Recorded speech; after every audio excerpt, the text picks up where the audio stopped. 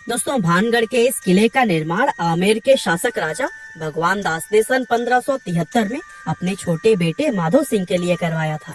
उस समय यह किला पूरी तरह से खुशहाल हुआ करता था और इस किले के अंदर व इसके चारों तरफ लोगों की घनी आबादी रहा करती थी।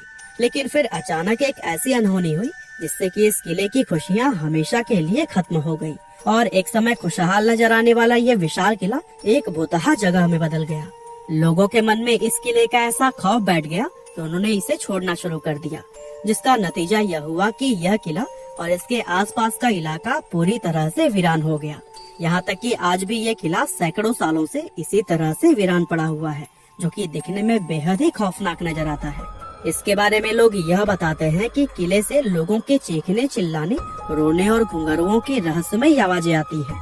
साथ ही बहुत से लोग यह भी दावा करते हैं कि जो कोई भी इस किले में रात के समय गया है वो फिर कभी भी वापस लौटकर नहीं आया है। और यही वजह है कि दिन में भी बहुत कम लोग ही इस किले के अंदर जाने की हिम्मत कर पाते हैं।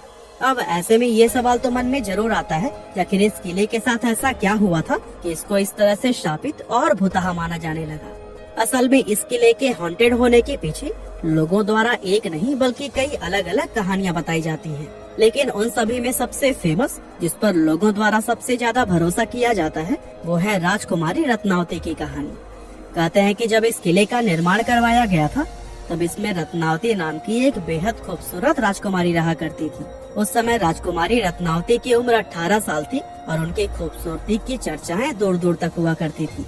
उनकी सुंदरता की वजह से ही बहुत से अलग अलग सियासतों के राजकुमार उनसे शादी करने की इच्छा रखते थे, जिसके चलते अक्सर ही राजकुमारी रत्नावती के लिए शादी के प्रस्ताव आते ही रहते थे। लेकिन राजकुमारी ने तब तक किसी के भी प्रस्ताव को स्वीकार नहीं किया था।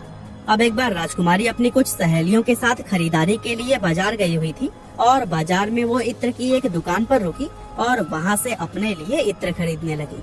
इतने में ही उस दुकान से कुछ दूरी पर खड़े सिंघिया सेवड़ा नाम के एक व्यक्ति की नजर राजकुमारी पर पड़ी। सिंघिया सेवड़ा उसी राज्य का रहने वाला था और वो काले जादू का महारथी माना जाता था। राजकुमारी रत्नावती की सुंदरता को सिर्फ एक नजर में देखते ही सिंघिया उन पर पूरी तरह से फिदा हो गया और वो टकटकी लगाए राजकुमारी को घूरता रहा। और उसी पल उसने अपने मन में यह तय कर लिया कि वो राजकुमारी को किसी भी कीमत पर हासिल करके रहेगा। अब चूंकि वो तंत्र मंत्र और काला जादू जानता था, इसीलिए उसने राजकुमारी के पसंद किए हुए इत्र की बोतलों में से एक बोतल चुपके से उठाई और उस बोतल पर कुछ तंत्र मंत्र करके उसे धीरे से वापस उसी जगह पर रख दिया। असल में वो अपने तंत्र विद्या की मदद से राजकुमारी को अपने वश में करना चाहता था और उसका ये प्लान काफी हद तक सफल भी हो गया, क्योंकि राजकुमारी ने उसे इत्र के साथ छेड़छाड़ करते हुए देखा भी नहीं था। और फिर राजकुमारी इत्र की शीशी लेकर अपने किले की तरफ वापस जाने लगी। साथ ही सिंघिया सेवड़ा भी छिप छिप कर राजकुमारी का पीछा करने लगा। हालांकि अभी राजकुमारी सिर्फ कुछ दूर पहुंची ही थी, तभी उनकी एक सहेली ने उन्हें बताया कि एक अनजान व्यक्ति ने इत्र की शीशी पर तंत्र मंत्र किया हुआ है। असल में राजकुमारी की उस सहेली ने सिंघिया सेवड़ा को इत्र की शीशी पर काला जादू करते हुए देख लिया था, लेकिन वो डर की वजह से दुकान में कुछ भी नहीं बोल पाई थी। अब राजकुमारी को जैसे ही काले जादू की बात पता चली, उन्होंने वो इत्र की शीशी रास्ते में पड़े हुए एक विशाल आकार के पत्थर पर दे मारी। पत्थर पर पड़ते ही वो शीशी टूट गई और सारा इत्र उसी पत्थर पर बिखर गया। और दोस्तों, इस तरह से इत्र पर किया गया वो काला जादू उस पत्थर में आ गया, जिसके बाद से वो पत्थर खुद ब खुद लुढ़कते हुए सिंघिया सेवड़ा की तरफ बढ़ने लगा।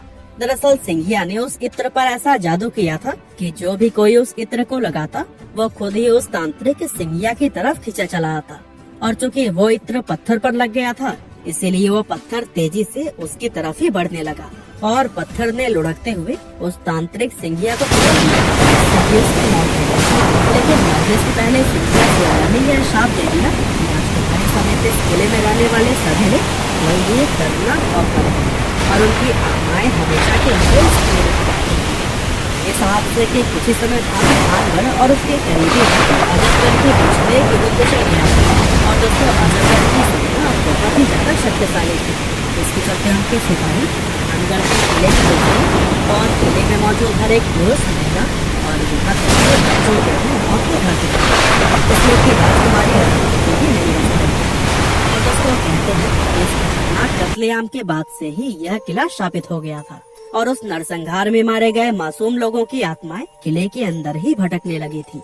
दरअसल किले के आसपास रहने वाले लोगों को अंदर से अजीब अजीब आवाजें आती थी और साथ ही किले की तरफ जाने वाले लोगों के गायब होने की घटनाएं भी अक्सर सुनने को मिलती रहती थी।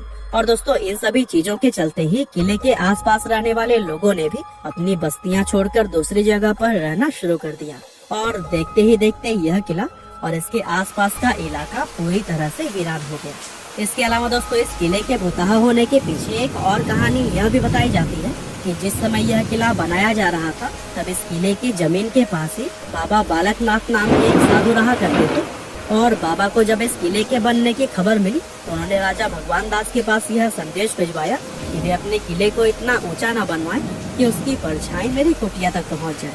अब राजा भगवान दास ने बाबा की उस बात को गंभीरता से नहीं लिया और जब यह किला बनकर तैयार हुआ तो इसकी परछाई बाबा बालकनाथ की कुटिया तक पहुंच गई। और दोस्तों, उस परछाई को देखकर बाबा क्रोधित हो गए और गुस्से में उन्होंने श्राप दिया कि भानगढ़ पूरी तरह से तबाह हो जाएगा। और दोस्तों, बहुत से लोग आज यह भी मानते हैं कि भानगढ़ किले की यह हालत बाबा बालकनाथ के उसी श्राप की वजह से ही हुई है। इसके अलावा एक कहानी तो यह भी बताई जाती है कि भानगढ़ में एक युद्ध हुआ था जिसमें कि भानगढ़ के सिपाही पूरी तरह से हार गए थे, लेकिन भानगढ़ के राजा और उनके परिवार के दूसरे लोग अपनी जान बचाकर वहां से भागने में कामयाब रहे। अब चूँकि उन लोगों ने किले के अंदर अपना काफी सारा खजाना छिपाया हुआ था, इसीलिए दुश्मनों से उस खजाने को बचाने के लिए एक झूठ फैलाया गया कि यह किला पूरी तरह से शापित है और अगर कोई व्यक्ति इस किले में जाएगा तो उसकी तुरंत ही मौत हो जाएगी। और दोस्तों, इस तरह से खजाने को बचाने के लिए फैलाई गई यह अफवाह लोगों ने सच मान ली और भानगढ़ का यह किला हमेशा के लिए हॉन्टेड समझा जाने लगा। वैसे वजह चाहे जो भी रही हो, लेकिन इतना जरूर है कि इस किले को भुतहा बनाने में हमारी सरकार का भी काफी हाथ रहा है। दरअसल कानून में भूत प्रेत पिशाच और बुरी आत्मा जैसी किसी भी चीज को कोई जगह या फिर मान्यता नहीं दी गई है और आज तक किसी भी कोर्ट ने अपना कोई भी फैसला भूत प्रेत को ध्यान में रखकर नहीं सुनाया है। इसके बावजूद भी सरकार द्वारा किले के बाहर बोर्ड लगाकर उस पर लिखना कि रात में इस किले में जाना मना है और भारतीय पुरातत्व विभाग का यहाँ पर अपना ऑफिस न बनाना, ये सभी चीजें कहीं ना कहीं इस बात की तरफ इशारा करती हैं कि हमारी सरकार भी भूत प्रेत में विश्वास रखती है। और दोस्तों सोचिए, जब सरकार की तरफ से ही ऐसे कदम उठाए जाएंगे तो फिर जाहिर सी बात है कि आम लोग तो इस किले को सच में ही शापित समझेंगे।